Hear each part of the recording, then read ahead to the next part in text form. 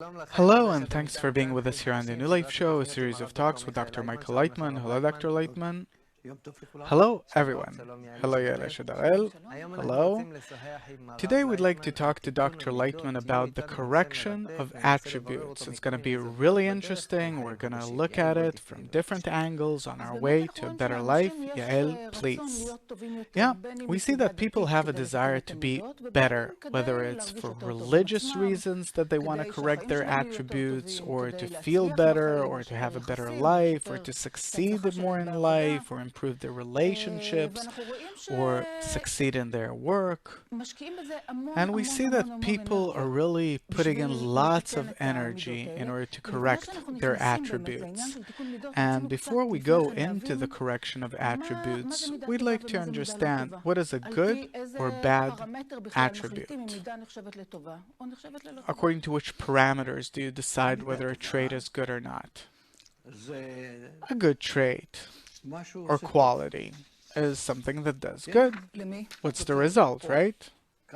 Does good to whom? This is the question. Here we stop and we don't know how to continue. To whom? To myself or to others? Could be for myself and for others, or usually it isn't. Who's the beneficiary? Who benefits from all this? This is the question. So, theoretically, were it possible to do good to myself and to others, maybe that would be good. Maybe.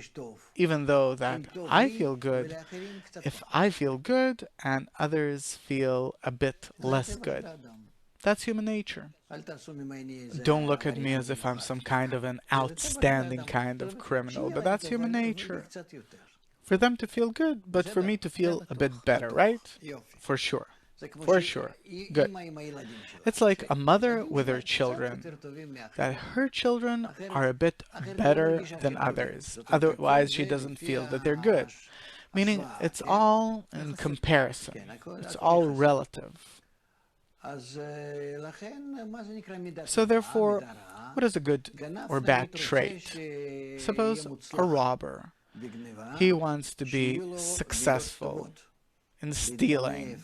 For him to have good traits, qualities in terms of being able to hide, deceive the public like politicians, deceive everyone like those that give speeches, managers that want to twist their employees for them to get less and for themselves to get more. So what are bad or good traits, attributes? When I hire someone for work, I want him to get less and for me to get more. A soldier, suppose I want him to be devoted to my orders and so on. So what is good and what is bad? Usually we examine that, consider that with respect to our ego.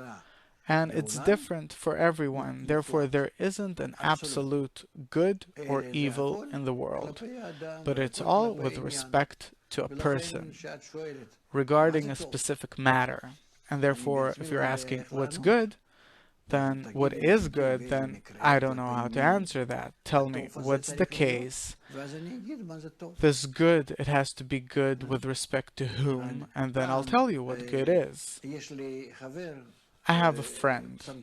He's a pianist, famous pianist. I don't want to say his name, but he told me that this one time he was riding in a cab and the driver told him that he used to be a robber. He used to open safes and so on. And why did he talk about it? He sat next to the driver and the driver tells him, he looks at his hands and he says, "You have good hands. You can be an excellent robber." With great appreciation, yeah. So therefore, what's good. You can't say what's good. But still, there are attributes that we ascribe to good and such qualities that usually people ascribe to bad things. Joy, happiness. These aren't qualities, these are states. To be good at heart, generous, these are all things that we ascribe to positive things in a person. We want for others to have that towards us. We also want to be that way. I don't know if I really want to be that way towards others. I want for everyone to be good to me. Yeah, but still, you want to feel that all in all, you're a good person. You want to be better to your kids if I benefit from it. Okay? So, it's not good per se. It's not absolute. Yeah. So, there's no measure or a form of expression, but towards what and towards whom is it happening? And usually, it's because a person considers these things with respect to his ego. So, there's no such thing as it's good to be generous or it's good to be loving. I don't see anything good about it. Can we divide people and say that there's a person who's born with good traits and another person is born with bad traits from birth? Depending on what do you mean by good or evil traits. There's someone who's willing to give everything up as a result of a certain weakness of his or because he was really born that way. He makes concessions all the time. Because of some inner fear or something, we have to understand that a person is the will to enjoy, the will to receive, an egoistic desire. It's a machine that's constantly concerned with feeling good. Feeling good, that's it. And then, with respect to that good state that that machine can depict for itself, it determines everything. Where in some case I can make concessions and really be courteous and caring because I see that as a result I'll benefit. And in some other case I'll be very tough and the very opposite. So, in accordance with this approach, how should a person relate to those traits that he was born with, that nature created in him, positively, negatively? No. No. There's no good or bad unless we're not examining it with respect to a person that's always calculating what's good for him, but only if he can rise above himself and make the calculation towards others. Wait a second. I don't exactly understand, but again, I have certain traits, you have certain qualities, Yael has different qualities. Each person is unique. There are some people that look and say, look at the load of bad things I got. And I look at you, look how you were born all smart and like this and like that. And I look at what I got. Were there some kind of return policy? I'd give them back. Am I wrong? Is it the wrong attitude towards what I have? Depends against what you measure it. There's no good or bad. From my experience in life, I see that I have certain qualities, traits that harm me. You simply don't know how to implement them, realize them correctly. That's it. Suppose I have an inclination, I was born with the inclination to steal, to lie, with an inclination to twist people and things like that. So these might be good things. If I'll go to politics or I'll be a big manager, there you need such people. So you're saying that there's no point in being disappointed with what I got from nature. No. No point in being disappointed, wanting to exchange my traits. No. First of all, you have to agree that it's impossible, that you can't exchange your traits, right? but a person has to look for ways to realize them. For that, you have today psychologists and counselors that examine a person, test him, aside from his IQ, also his inclinations and so on, and then they advise him what to do, what's more suitable for him. I remember my parents, they were both doctors, and they pushed me to study medicine. And I was accepted to the university, and I didn't want to be accepted, but they made it so that I was accepted. And 2 months later, I dropped out, and everyone agreed. I want to ask, I just talked about how do I have to relate to what I got from nature. This I understand. Now I want to ask, as a human society, as a human culture that always wants to advance to a better place, is it correct to say or determine that a person's certain characteristics or qualities or behaviors are good as opposed to others that are bad? A person, to begin with, when he's born? No, without relating to a certain person. But we're saying in general, this is a good person and this is a bad person. This distribution that we label certain qualities or behaviors as good or bad, is that correct to do? I don't know. Who are you talking about?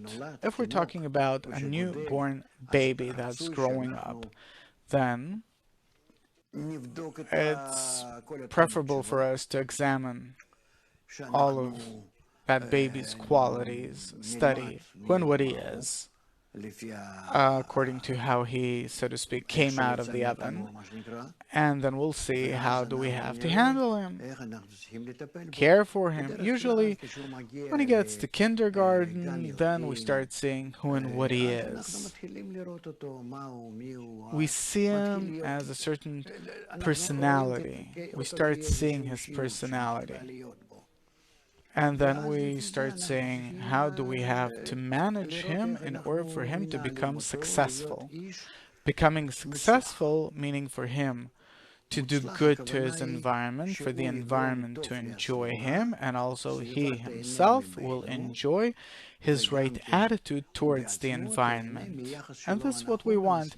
What does a mother want of her child? For him to be accepted in a good and nice way, and for him to treat the environment in a good and nice way, and that will give him confidence and will keep him safe, and so on and so forth. Meaning, first of all, to equalize with the environment. This is what we first and foremost want for a child. The same goes for grown-ups, because we're failing there. First of all, when we look at a grown-up, at a citizen, we want for him to properly integrate in the environment, in society, in the country, for him to integrate wherever he's needed, at school, in the university, in the army, at work, in the family, and so on. For him to know how to correctly be accepted in society, by society, and how does he adjust himself to society, to the environment, and so that the environment will fit him. Okay, let's take a certain quality and scrutinize the general model through that. Looking at different cultures, different nations throughout history, we can see a consensus that laziness is a bad quality. I would not like for my child to be lazy. A person that identifies that he was born with the quality, with an inclination towards laziness. Suppose me, Oren, I was born very lazy. Most of the cultures of the world relate to that as something not good. Now, in order to improve my life, should I try and correct my laziness? You will not be able to correct anything. I won't, no one or anything.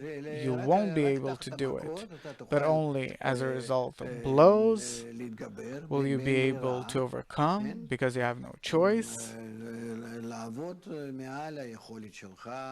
You'll work above your ability and also for a certain period of time until you'll be able to escape it and so on.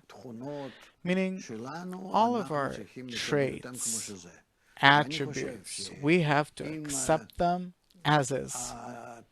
And I think that if the quality of laziness would have worked more strongly to a greater extent in humanity, we would have been happier in general, as a society. Of course, that's why I didn't ask about society in general, but about a specific person. The same. Suppose, God forbid, my son's lazy, doesn't want this or that. Don't worry. He will want to succeed only in his own way. And if he doesn't want to move, he wants to sit, and you want to make him an athlete. How's that possible? It's impossible. I want to specify. If we're talking about a particular person, then we understand that whatever you want to improve is in order to make your life better.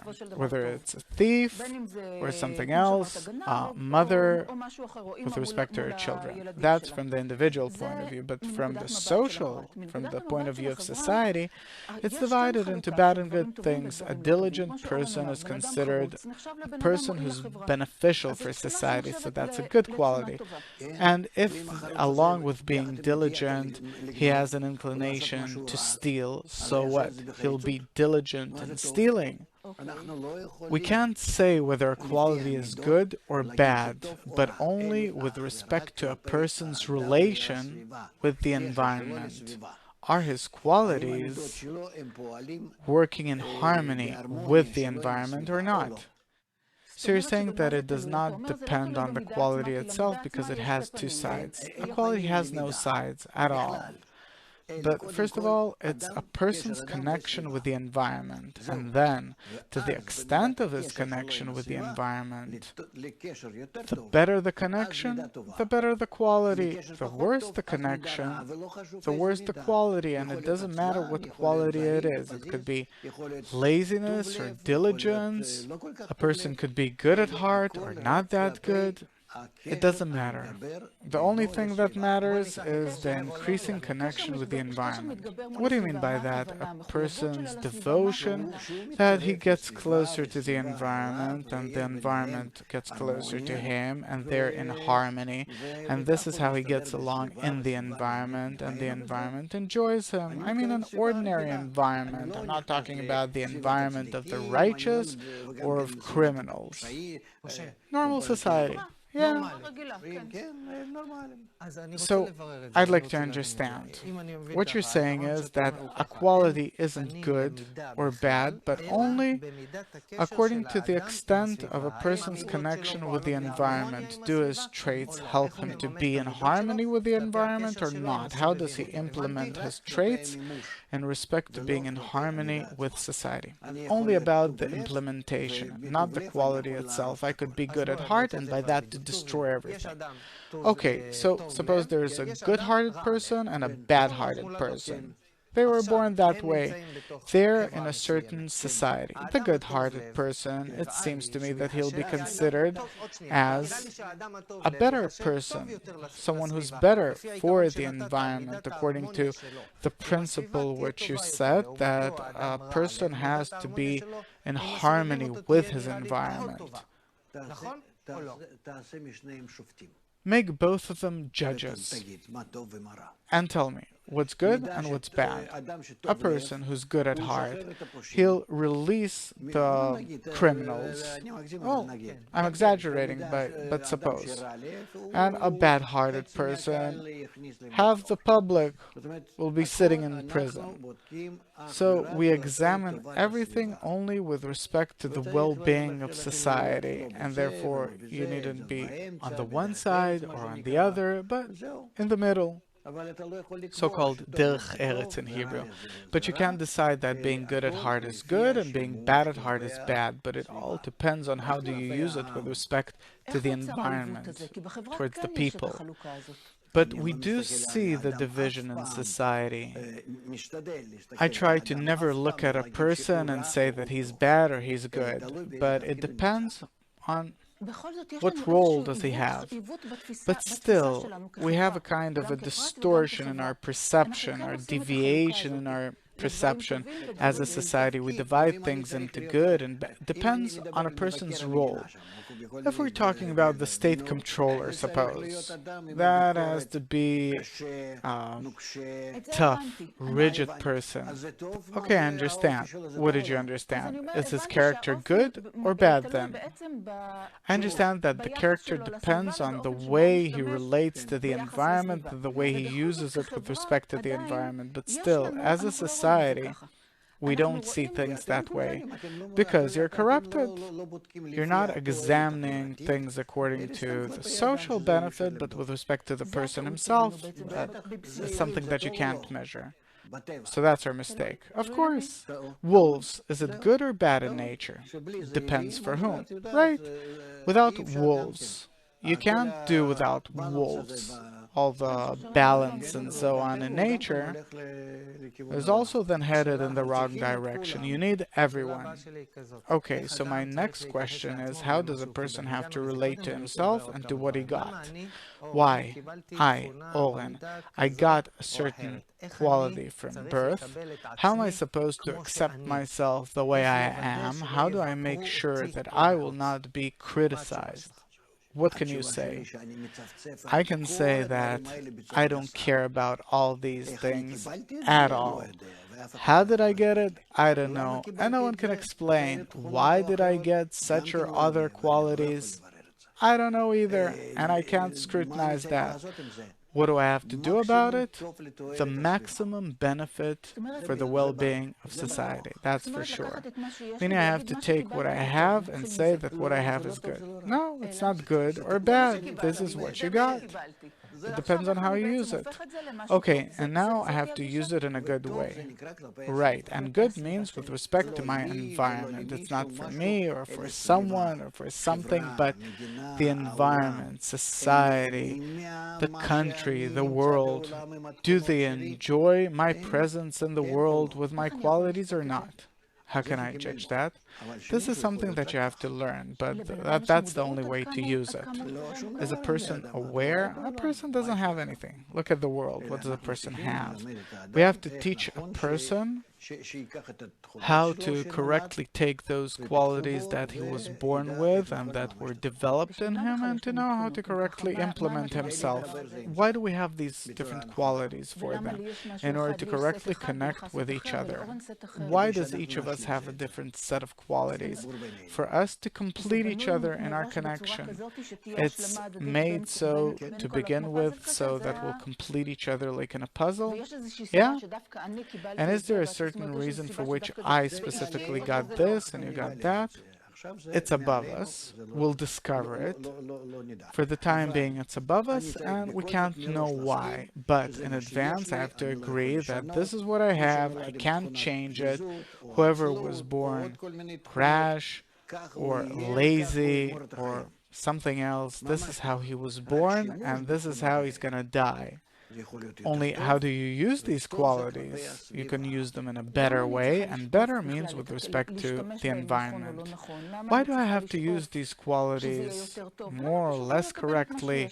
Why don't I simply accept the way I am? Because you use it anyway. Only you're using it incorrectly, and then you suffer, and the world suffers, and you see what's going on in the world. So you're saying that if I'll use it in a better way, then eventually I'll feel better too? Of course, you're building the environment that you live in, you and your children and future generations, of course. Therefore, our entire problem is to teach people how to correctly use what you already are. A person, he's ready and made. Only his attitude towards others to know how to correctly use it, like cogwheels, to know how to press the clutch between them. What does it mean that the moment I use my qualities incorrectly, I suffer and the world suffers? Because we're all interdependent. We're really like cogwheels. We're really turning like cogwheels, touching, operating each other. But why do I suffer as a result? If I use those qualities that I got that I can't change. No, I'm not saying that you can't change them. I'm not disregarding them. I'm saying that we're using them incorrectly. By using my qualities right now incorrectly, I suffer as a result? Eventually, yes. Can you explain? What do you mean? In our world, do you see many people that are enjoying life, that are content with life, with the world, with society, with the environment? Are we content with our children, the environment that they're growing in? What do you mean? It's a result of what we build. Mister, you're the ones that arranged the environment the way it is. And like our fathers and forefathers, meaning our grandparents and so on, the way they arranged the world for us, this is how we arrange it for our children.